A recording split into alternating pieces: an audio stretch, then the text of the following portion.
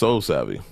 I don't know if you are familiar with them. I think we talked about them a little bit earlier in the show.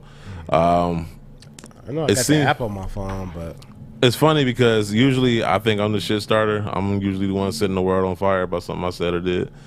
I'm the one getting angry emails and texts from people at brands because I talk too much. But my guy, Sneaker Fetish, he's out here doing the Lord's work. And I love his videos because, like, I remember when I first caught wind of him, and his videos were just more detailed. Like, he just went below the surface for certain information. And I mean, he has plenty of videos where he goes in on into specific details about some of the main topics, like, you know, like the Cool Car thing. He had a video for that.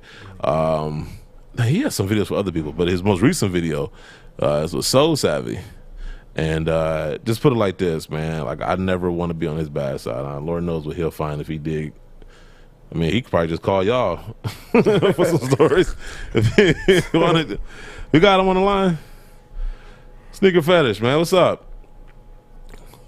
You got me? Can you hear me? Yep. Good. Public enemy #1 right now, man. But what's going on? Man, you too nice to be the public enemy. Hey, you know, I'm a peace-loving guy. I told people on Twitter, man, I drink turmeric tea and I do focused breathing, man. I'm a peace-loving guy. That's the thing, like, you know what I'm saying? Like, come after me. I'm asking for the smoke. You know what I'm saying? Like, they go after the nice ones. You know, still like, stuck in the 90s. When Jumpman was on here, they went after him. Now they going after you. You know what I'm saying? Like, all these nice guys, and it's like, yo, what about me? I feel lonely. I feel left out. Yeah, y'all go after Caesar, man. Don't come after right. me. Come on. I don't know why. Yeah, it's like maybe they mistake your niceness for a weakness. They do. It happens a lot, you know, because I'm a peace-loving guy and I have a family-friendly channel and I don't curse or anything on there. So they're like, you know, he's nobody major. But you know, then they start watching the video and it's like, oh shit, okay, never mind. Maybe we need to pay attention. So. Man, you know, I feel like Batman and you like Harvey Dent before, you know, the Joker destroyed him. By the way, that's the same hairstyle Dunk's got now. No, the Harvey Dent. You seen it? No. Oh, I gotta show you, bro. Oh my goodness! Come on, Dunk. Show you. This can't be normal for one day. Nope. Jeez, that's why this joke gonna hit harder. Well, anyway, So Savy. Well, he's looking at that picture. So Savy. Here you go, Dunk. What? Okay, so what? You like Cruella DeVille. One side's blind, one side's Cruella black. DeVille was transitioning from a woman to a man. Yeah, Ivy. Wow. I'm calling Cruella next time I see him. Yeah, what was that? Birmingham's Dark Knight? I mean, White Knight. Birmingham's White Knight. Oh, boy. Dunk ain't even here to defend himself. Anyways, So Savy. All right, so if you're, for our listeners who don't know, I tried my best to explain, but I also said I didn't really get involved in it because they told me up front that they didn't necessarily cater to my size, so I didn't see the point of indulging in it. But you've done your research. Like, what is So Savy? Or at least what did they claim themselves to be?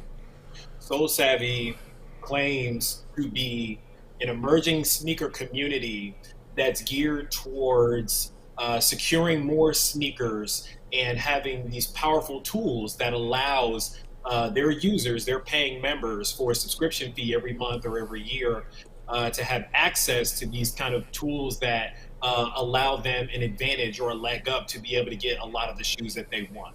So at their core, that's what they are. They're also kind of, you know, they have like 3 kind of pillars. They have content, they have, you know, podcasts, they have articles and things like that. But at the core of So Savy, that's what they are.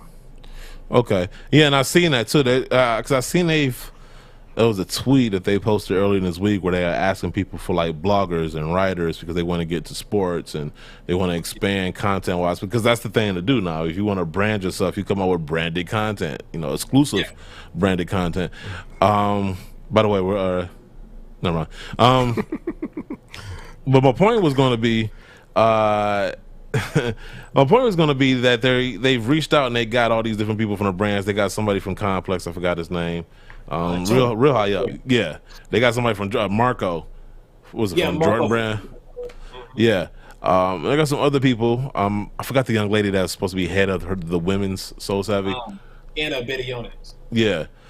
And so they got all these, key people, and that instantly brought validation, at least within the community, or at least within the industry, sneaker industry, because maybe a lot of people didn't know who these people were, but sneaker industry brought some credibility to them. And I don't know if that played it. No, did that happen before or after they got the investment? That happened after they got the initial investment of $2 million. Okay. So before they got the big 12.5 million, but after they got the 2 million, they used that 2 million.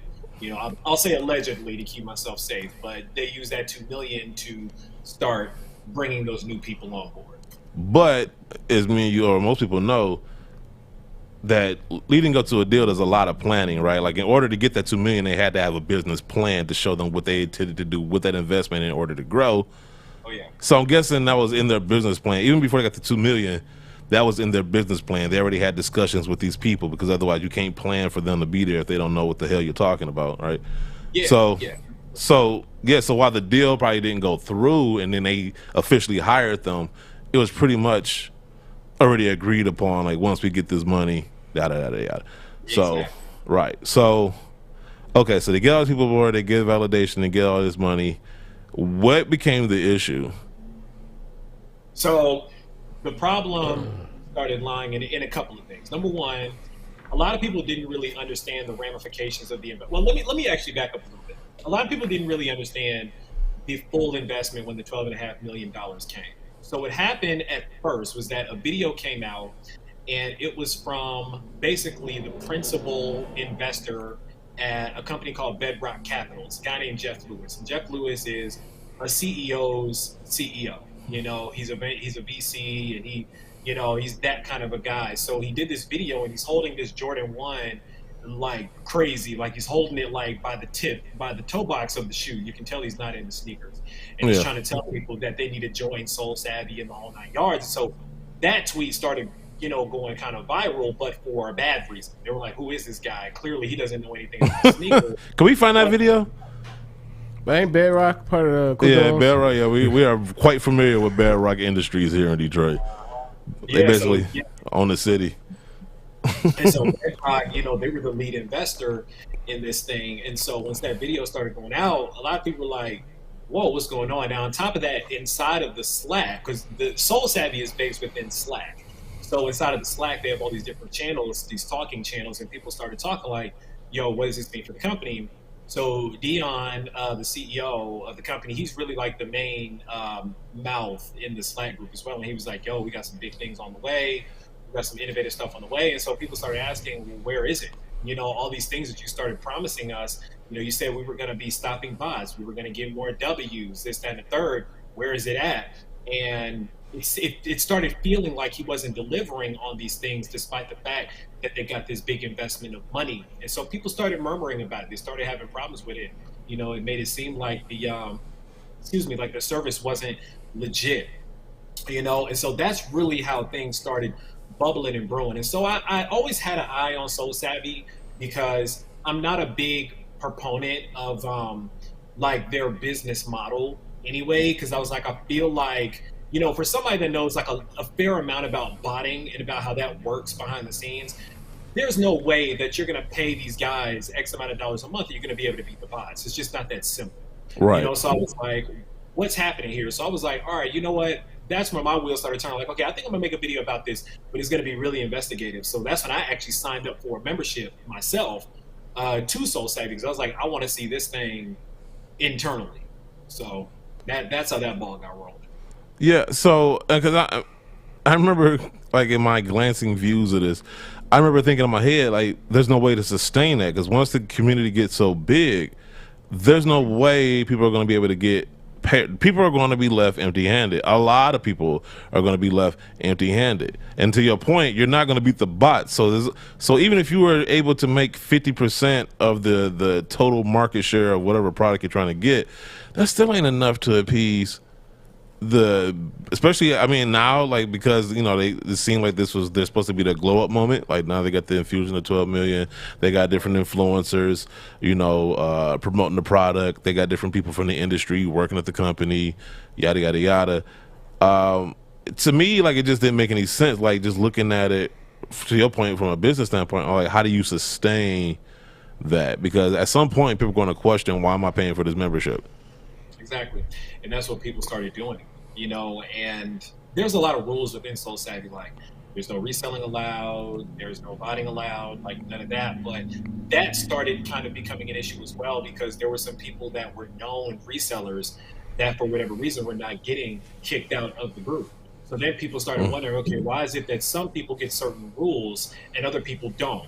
And they would complain and they would post screenshots in the group like, no, listen, this is from a resale group up in Canada, like, kick this guy out, and the people wouldn't be kicked out. And so they were like, okay, something fishy is going on here. So it wasn't sustainable. There was some issues going on, and from there it just started snowballing more and more and more. The problem that a lot of people were having was that the CEO, Dion, was extremely passive about everything. Like, he would just be like, oh, I'm not worried about that, oh, this, that, and the third, up to and including when my video came out, he called it a crock of shit, quote unquote, within the Slack group. And, that just sparked a whole, like a mass exodus of people leaving the group and everything. It's ugly right now inside of Soul Savvy. I'm not going to lie about that. It's funny because I was getting messages from people over the weekend, and I finally got one from NJL23 Dan. Shout out to him, by the way. And he was like, look at this. And he sent me a whole bunch of screenshots of the conversation. I don't know who, I guess it's from the Slack group that you described, where he was commenting to people and whatnot. And what I found interesting was, so he said at one point, well, he tried to point out that you had only been a member for 1 day, but you actually had a 30-day membership, because the cycle is 30 days, right? Correct. And so, but he basically tried to make the logical point that, hey, this guy can't criticize us. He was only here for 30 days. But then when somebody asked him about your video, he admitted to not watching it. But then, like, to your point, saying it was a crock of shit. Well, how do you say something you haven't watched was a crock of shit? Yeah. So I just, and from what I saw, it just seemed like he never really said anything as far as details or specifics. It just kind of seemed like like a politician. I'm just going to talk in circles until everybody gets tired of trying to hold me accountable, and we just walk away from this conversation. That's exactly what it was, and so that's why people started leaving in mass exodus like that. Now, what a lot of people don't know is that a lot of those members, former Soul Savvy members, have now created their own Slack group outside of Soul Savvy, because they feel like, well, shit, for the things that we were getting and the information that we were getting, we can just figure this thing out for ourselves. Like, they really, all this Soul Savvy was a bunch of monitor channels that had pre-cart links that people clicked on to try to speed through checkout. The problem is that when you're using links like that, it might give you a slight advantage, but at the same time, bots use those same links, and bots can obviously go a lot faster than the regular user can. And so the other part of that people didn't realize was that, honestly, they didn't really give a shit about if people were getting the shoe or not. They were making affiliate money.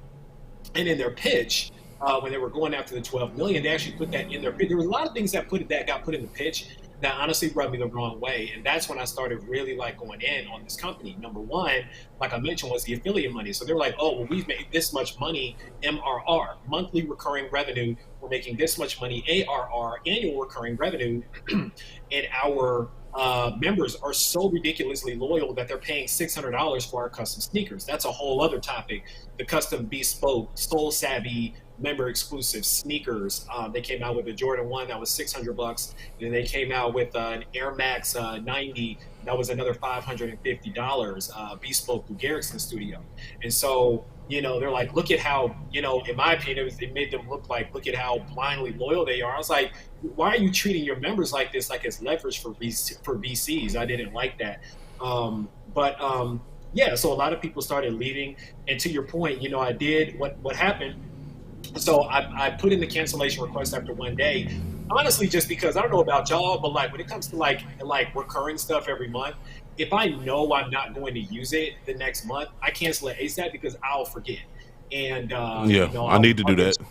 You know what I'm saying? I'll get charged again for a bunch of shit. So I was like, well, I know I'm not going to be in this longer than a month, so let me cancel it. And that's like the hat that Dion kept hanging his hat on, where he was like, oh, this dude was only here for 1 day. But I'm like, my guy, you don't understand. My DMs are full. I'm talking Instagram. I'm talking Twitter. I'm talking comments on YouTube of members that have been in there for a long time, years, that are like, yo, thank you for this. I appreciate this. Because what happened, to your point, when you saw those screenshots, that really was just a spark. That video going in depth like that was the spark for a couple of reasons. You know, the video, they're trying to get it taken down right now as we speak, because there was one portion of the video that I actually broke down the family ties between the other founder, Justin, and the fact that he used to be a director of operations for Nike Vancouver, and his father owns a shell company that's DBA Nike. It's called New Age Sports, Inc. And that company owns 5 Nike stores in the Vancouver area. And his brother, I believe his brother, is also director of operations. So Justin has the ability to get his hands on a lot of product. So I raised a point in the video. I found it very interesting that in their member store, they have a member-only store. But in the store, you're only going to see regular general releases. So I was like, it's funny. This looks like something that'd be sitting on the shelf of a Nike Vancouver. Oh, they're probably wholesaling these shoes through their Nike logistics channels, and they're retailing them to their members. However, is that not resale, right? Because if you're getting them wholesale, you're selling them to your members, right? You're low-key reselling shoes. So you got these shoes that you're low-key reselling, allegedly. You have affiliate money that you're making. You're making money off these membership subscriptions, and people just got sick of it. They were like, man, listen, we're making you rich, and we're not getting anything out of the deal. You know what I'm saying? And so, yeah, it just blew up from there. So, man, I'll tell you, dude, I'm like, I love the fact. I mean, I would just tell people to watch the video because you go layer by layer. It's like peeling an onion. Yeah. Like you go layer by layer, you know. And the thing about, and honestly, I'm surprised that most people get it because you know people's attention spans are like goldfish now. That was amazing to me because right now the video is just under 35 minutes long. Right. And the average viewing time of that video is almost 20 minutes. And as you know, that's an insane amount of time to stay on YouTube. That's crazy. But it's almost like a whodunit with you because you go through such layers. You know what I'm saying? It's like you want to know who the bad. You want to see the end of Scooby Doo where they unmask the bad guy, and you're like, I would have got away with it if it wasn't for you pesky kids. That's probably what Dion is saying. I would have got away with it if it wasn't for the pesky YouTubers. Look, I know he can't. Listen, I have not. Okay, I haven't spoken to Dion personally since the video came out. Now I did speak to Dion personally when I put in the cancellation request. And he asked me, he actually DM'd me, he instant messaged me, he messaged me on Slack, and he was like, yo, what's the deal? What's going on? And I just told him straight up, like, long story short, I said, you know, I respect the hustle and I respect what you're doing. It's just not for me. You know, like, that's it. And I ran through some numbers, and he came back and was like, oh, I think your numbers are off, or whatever, you know, it is what it is. But I've actually been trying to get him, you know, to come and pull up and come and speak to us on this chat that we do on Twitter on Friday nights. I do it with Jazzaray Lord and, you know, Shake James up in Milwaukee. He owns Clicks and Sneaks and some heavy hitters and sneakers. We've been trying to get him to pull up, but he probably ain't going to pull up to that. But, you know, still, like, I tried to go man-to-man with him because, like, my whole thing is, you know, I come from a place where it's like, don't talk about me, talk to me. You know what I mean? Yeah. Like, if you got a problem with me, let's talk about it man-to-man. Listen, in the video, I voiced it in the video. I was like, Dion's not a bad guy. I said he's just a shrewd businessman that knows how to finesse people. That's it. You know what I mean? But business is business. It is what it is. But, you know, he just needs to sell more value in Soul Savvy than what he's currently selling. Because right now, it looks like a huge-ass scam. It just looks like a money grab. So if you truly care about your community, if you truly care, you can implement some of the things that I actually put in the video. You can implement some of the stuff, but I'm gonna give you a little bit of spicy talk if I can. Can I give you a little? Hey, dude, it's your world. We living in it. So, okay. How can I say this without really like getting shut down? So, basically, allegedly, everything is alleged. So allegedly, part of the reason. So one of the things that I suggested in the video was that they get a community bar. A lot of botters out here, they're doing fantastic. Yeezy Day just passed. There's a girl that was on Twitter, Tiana something, and she flexed like 80 something pairs of Yeezys in a picture. And so I was like, yo, you need to get a botter like this for Soul Savvy. You know, y'all got 12.5 million. Do what you do, get this money, and get these bots. But they wouldn't do it. The rumor is that the reason why they won't do it is that they're trying to figure something out between Shopify and some retail partners to actually bring in more product for Soul Savvy members. And if they bot, they feel like the partners are going to steer away from it. So many people don't know this, but the president of Shopify, Harley Finkelstein, is an investor in Soul Savvy. So that right there, there's a connection. There's a connection. So Harley being an investor, which I think is insane that the president of Shopify is an investor in Soul Savvy, but that's also why Dion tends to sing the praises of Soul Savvy, which a lot of people in that group and in text messages called bullshit on that. Because again, he's like, yo, Shopify is great. They have this anti-bot technology that stops every bot in their tracks. Bullshit. If bots eat Shopify websites every day. You can't get through on a lot of Shopify websites because bots are eating them up every day. So people are like, why is this guy caping so hard for Shopify like this? And then it was like, oh, it came out in the video. President is an investor. Okay. So that's why I think they're trying to get the video taken down. It's just a lot of, like you said, peeling back the curtain, for people to see what it is. And from what I heard that, and I don't have the exact number, but I heard that it's in the 6-digit range of annual recurring revenue that the company has potentially lost since the video has come out.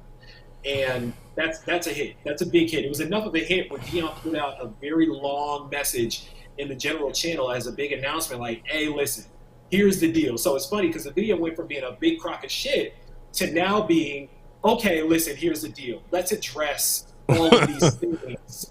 I'm not saying I watched the video, but we're just going to address all of pretty much the same things that were in the video. Right. So. You are the Daenerys to his Cersei's right now. It's tough out here. It's tough out here, man. You are the Arya Stark to his Night King. Like you were just a thorn in his side. And I'm not trying to be like that guy. Listen, people know that my journalism is objective, investigative journalism. I consider YouTube a form of journalism. And in doing so, I'm going to tell you the good, the bad, and the ugly of everything. Right. But as somebody that truly does love this community, that interacts with this community on a daily basis, I'll be damned if the people in the community that I love, in this culture that I love, are getting finessed by some venture capitalists that are trying to make a quick dollar out here on the backs of the enthusiasts out here, trying to sell them some snake oil that's only increasing their frustrations. It's bad enough. None of us can get shit off a sneakers app. We don't need to now pay $33 a month to take more losses. That's insane. That's how much it was? $33 a month? So Soul Savvy's $33 a month, or you can pay $300 for the full year. It's like some kind of like savings of like $20, $30 or something. Dang. What do you think he is? That's enough money, for people to be like, yo, I need to think about this. You know what I'm saying? Bro, but I mean, think about how dumb that is. I pay less than half of that for like Netflix and Hulu, and I get unlimited movies. Like I'm gonna pay that much money just to spend more money, yes. like on the product. Like that sounds dumb as hell to me. I think that's what the game has. The unfair advantage of botting has now funneled people in the direction of this. So some companies take advantage of it. Yes, they reeled you in with the hopes of, hey, we can help you get shoes more at at a fair price or at retail, but you still got to have some objectivity to it and some transparency to it. And in the era of social media, you got to move tighter and move more ethical, because there's times and times again people get exposed through social media and everything else, and the sneaker community as well. Like you can't just go out here and just. That's why I feel like the game ain't what it is, because now, back then it was more about people who was really into the culture. Now it's just any business, any brand, just see things for a quick dollar. Like that's why I tell people, "Oh, you a sneakerhead?" Like, no, I'm a sneaker enthusiast. Sneakerheads are what corporate people in a room in a meeting call these group of people. They're trying to get this amount of money out of every quarter. Like that's kind of have to rearrange people and like tell people like, "Yo, this is what the game really is." And it's sad, but man, it's like I've seen this time and time again before. But it's unfortunate that you playing all in the hearts of people who's taking losses and trying almost selling them a dream. Like, it's almost like you seen this in movies like Disney movies, like sell this potion or what was the movie Tangled, when her mother had the flower but kept it away from her so she could keep her. That's the same thing that they doing. It's just the same thing.